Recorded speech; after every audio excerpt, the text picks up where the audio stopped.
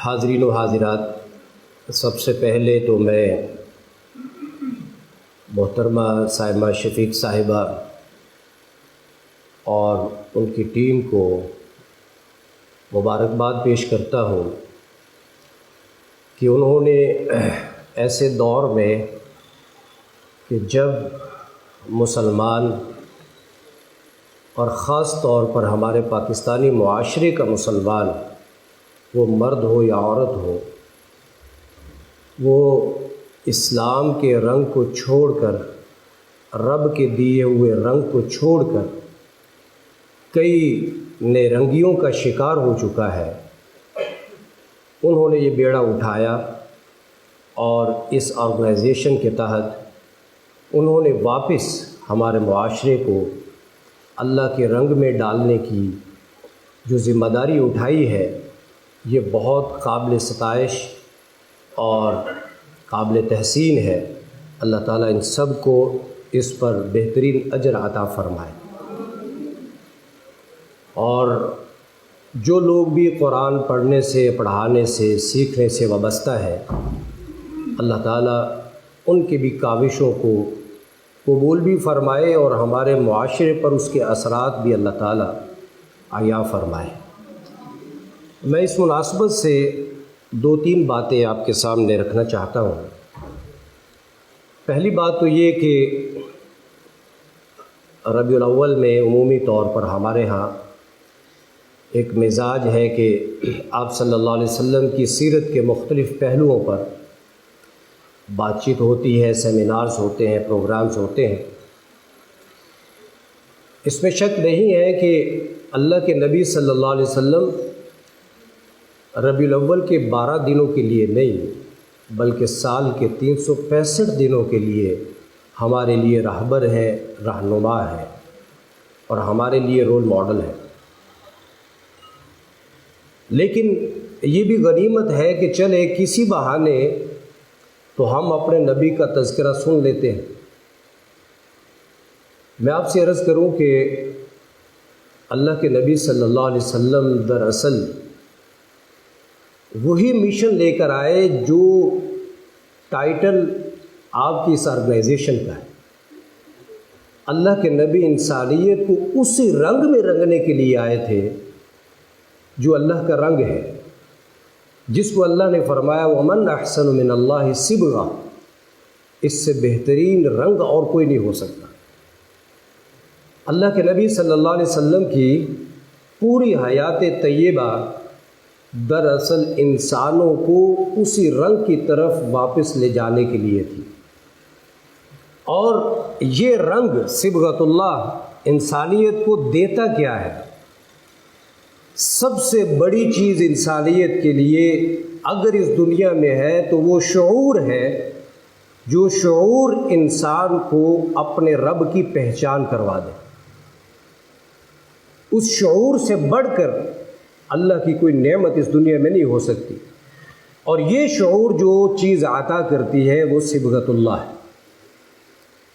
حضور آئے تو سر آفرینش پا گئی دنیا، اندھیروں سے نکل کر روشنی میں آ گئی دنیا، سوتے چہروں سے زنگ اترا، بجھے چہروں پہ نور آیا۔ حضور آئے تو انسانیت کو جینے کا شعور آیا۔ یہ جو جینے کا شعور ہے جو رسول کریم صلی اللہ علیہ وسلم کی بعثت کے ساتھ انسانیت کو ملا ہے، یہ شعور مقصود ہے آج بھی۔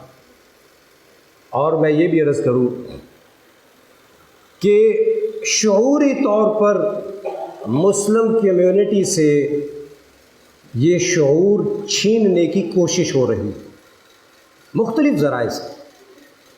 مسلمان سے یہ شعور واپس لے لیا جائے کہ جو اسے انسان بننے کے قابل بناتا ہے۔ اور اب تو بات کافی آگے تک جا چکی ہے۔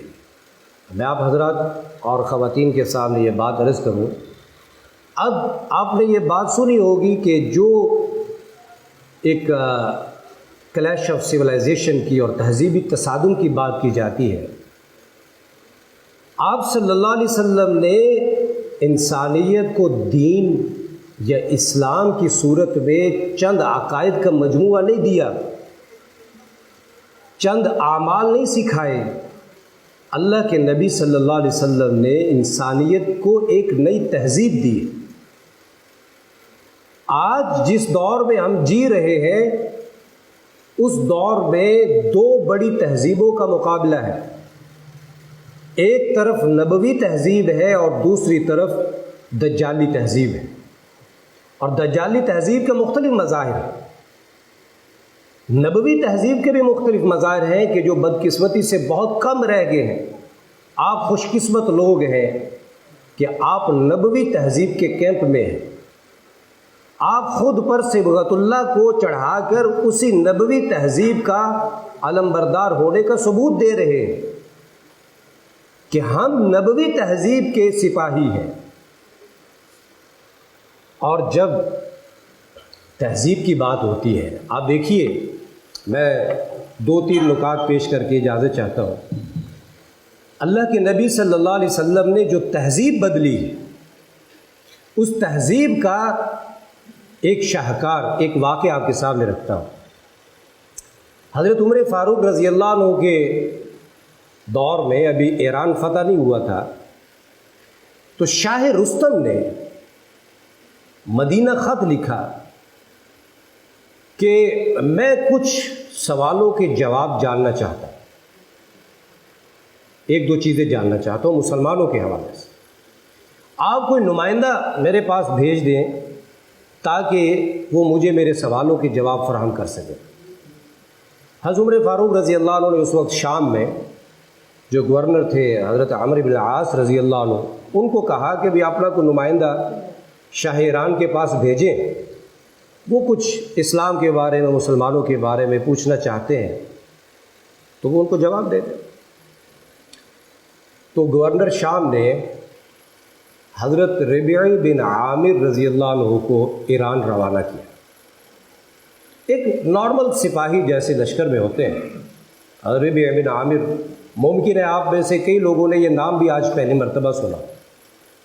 حضرت ربیعی بن عامر رضی اللہ عنہ شام سے ایران پہنچے، اور جب شاہ رستم کے دربار کے باہر پہنچے تو ایک معمولی سی سواری پاس تلوار، اور اس کے بھی نیچے نیام پھٹی ہوئی اور تلوار نیچے ساتھ رگڑ رہی ہے۔ دربار نے پوچھا جی کہاں پہ آئے ہیں؟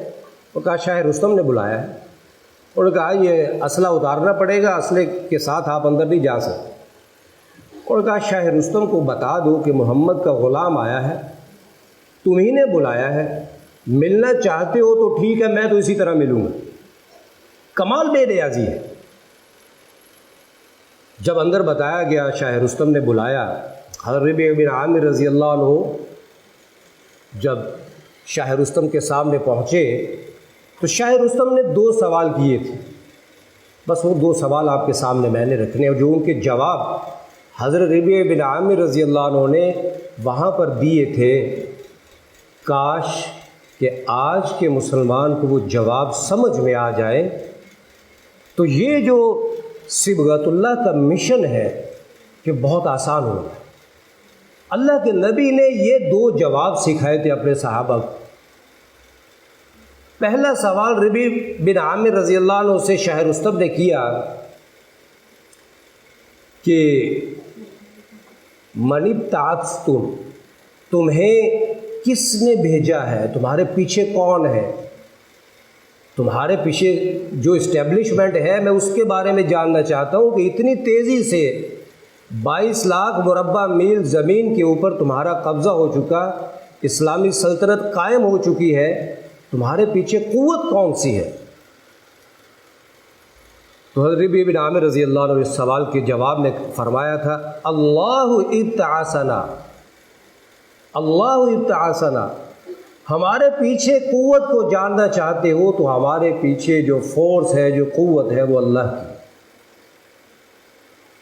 دوسرا سوال شاہ رستم نے یہ کیا تھا کہ چاہتے کیا ہو، تمہارا مشن کیا ہے، کہاں تک جاؤ گے، کہاں تک دنیا تم نے فتح کرنی ہے، تمہارا پلان کیا ہے؟ تو جو جملہ حضرت ربیع بن عامر رضی اللہ عنہ نے ارشاد فرمایا تھا، وہ جملہ میں آپ سے کہوں گا کہ آپ اس کو نوٹ کریں، ساری زندگی اس کو یاد رکھیں۔ یہ وہی جملہ ہے جو رسول کریم صلی اللہ علیہ وسلم کا مشن تھا، یہ وہی جملہ ہے جو اللہ کے رنگ کو، جو صبغت اللہ کو ظاہر کرتا ہے۔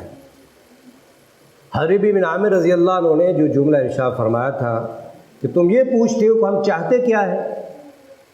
ہم چاہتے ہیں ہمارے نبی نے جو ہمیں سکھایا ہے، ہماری پیش قدمی 22 لاکھ مربع میل اور اس سے بھی کہیں آگے تک اسلامی سلطنت کو لے جانے میں ہمارا مشن اور ہمارا مقصد اگر جاننا چاہتے ہو تو وہ یہ ہے، لنخرج العباد من عبادت العباد الى عبادت رب العباد۔ ہمارا مشن یہ ہے کہ ہم بندوں کو، یہ غور کیجئے گا، بندوں کو بندوں کی غلامی سے نکال کر بندوں کے رب کی غلامی میں دے دیں۔ لنخرج العباد من عبادت العباد الى عبادت رب العباد۔ ہم بندوں کو بندوں کی غلامی سے نکال کر بندوں کے رب کی غلامی میں دے دیں، ہم یہ چاہتے ہیں۔ خواتین و حضرات، یہی صبغت اللہ ہے۔ آج جس تہذیب کے ساتھ ہمارا مقابلہ ہے، جو تہذیب ہمارے اوپر حاوی ہونے کی کوشش کر رہی ہے، اس تہذیب میں اور نبوی تہذیب میں 3 بڑے فرق ہیں۔ یہ فرق میں اس لیے بیان کرنا چاہ رہا ہوں، ہمارے ہاں بہت کنفیوژنس ہیں، مسلمانوں کے ذہنوں میں بہت کنفیوژنس ہے۔ آپ کی توجہ چاہیے، آخری 2-3 باتیں ہیں۔ کنفیوژنس یہ ہے کہ وہ تہذیب جو مغرب کی ہے، جو اس وقت عالم کی تہذیب ہے، جو تہذیب اس وقت غالب ہے، جس تہذیب کے اندر آج کے انسان کو، مسلمان کو کشش نظر آتی ہے، اس تہذیب میں ہے کیا؟ اور مسلمان کو جو اللہ کے نبی تہذیب دے کر گئے ہیں، وہ تہذیب کیا ہے؟ 3 بنیادی فرق ہیں، 3 بنیادی فرق سمجھ لیجئے، اس لیے کہ اب آپ کا مقابلہ جس پلیٹ فارم پہ آپ اللہ کے رنگ کو سیکھ رہی ہیں، اب آپ کا مقابلہ صرف آپ کی گلی کے ساتھ، اپنے محلے کے ساتھ نہیں ہے۔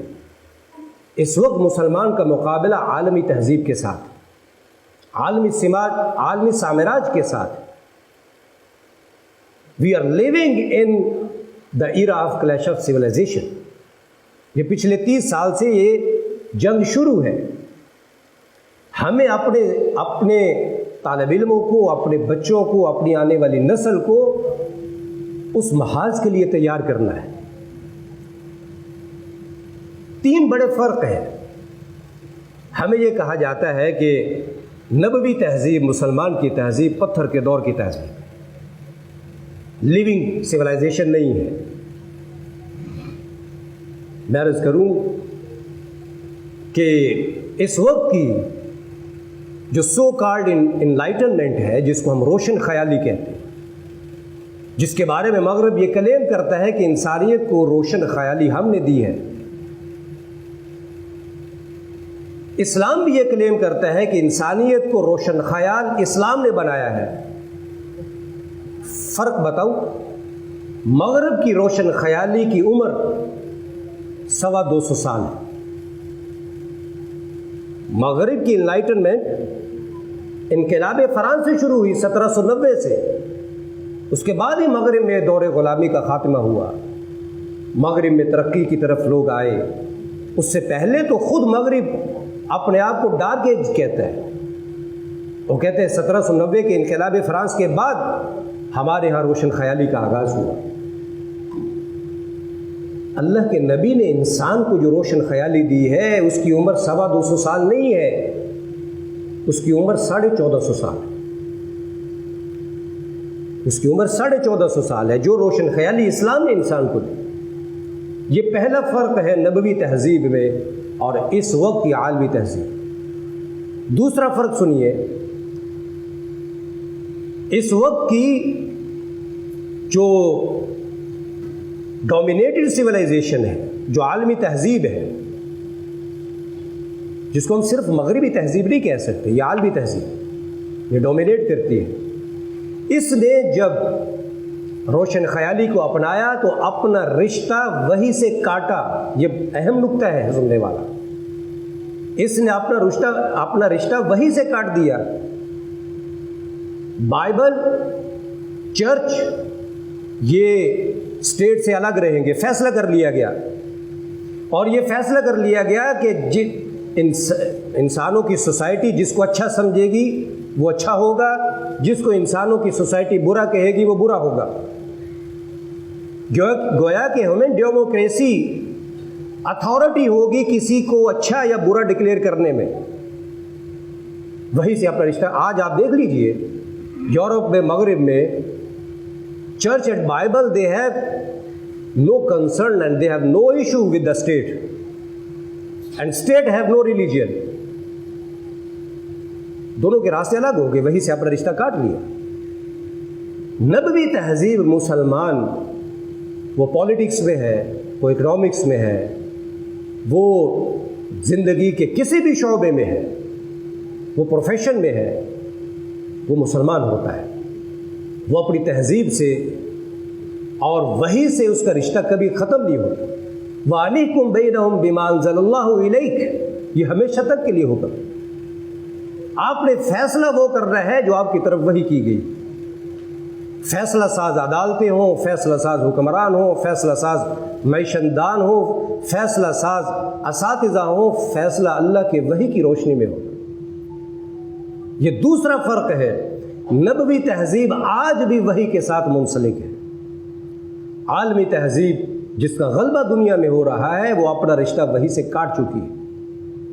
تیسرا اور آخری اہم فرق سمجھیے، یہ باتیں میں اس لیے بتا رہا ہوں کہ مسلمان کو آج احساس کمتری کا شکار کر دیا گیا کہ you people have no type of system of living,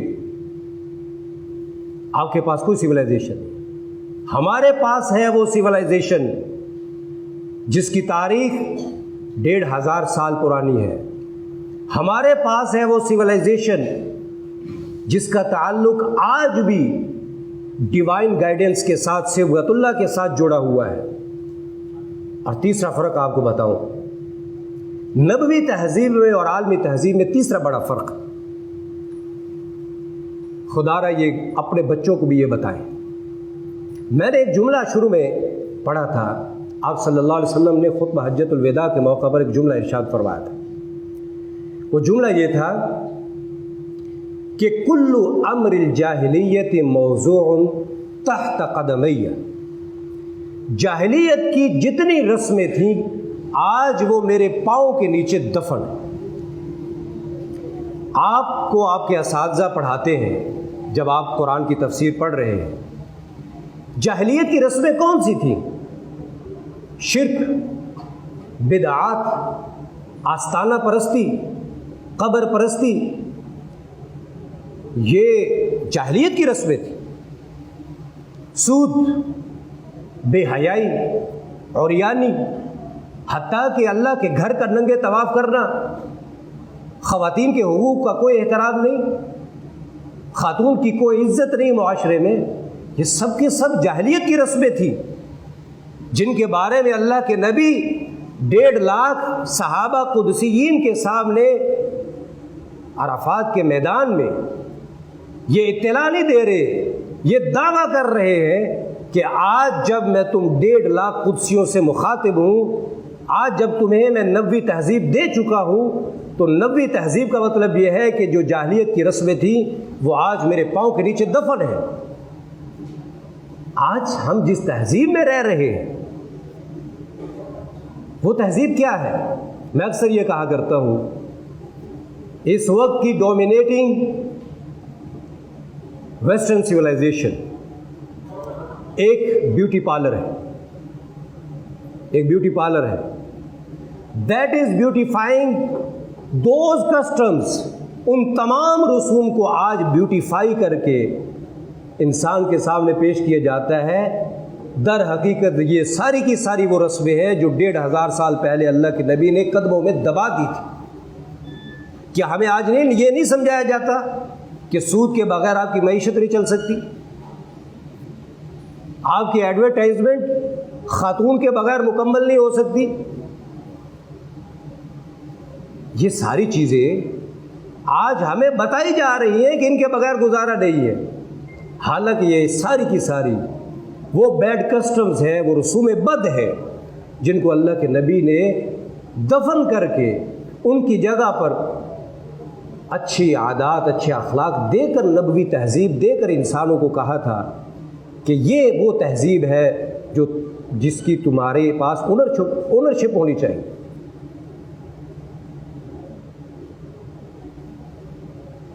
محترم حاضرات اور خواتین، بات لمبی ہو رہی ہے، میں اپنی بات کو یہیں پہ سمیٹتا ہوں۔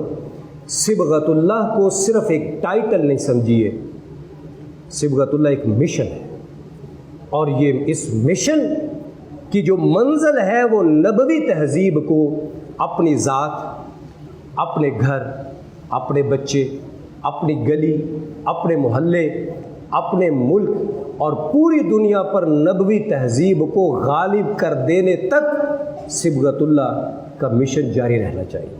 اللہ تعالیٰ اس میں آپ کا حامی و ناصر ہو، آمین۔ وآخر دعوانا۔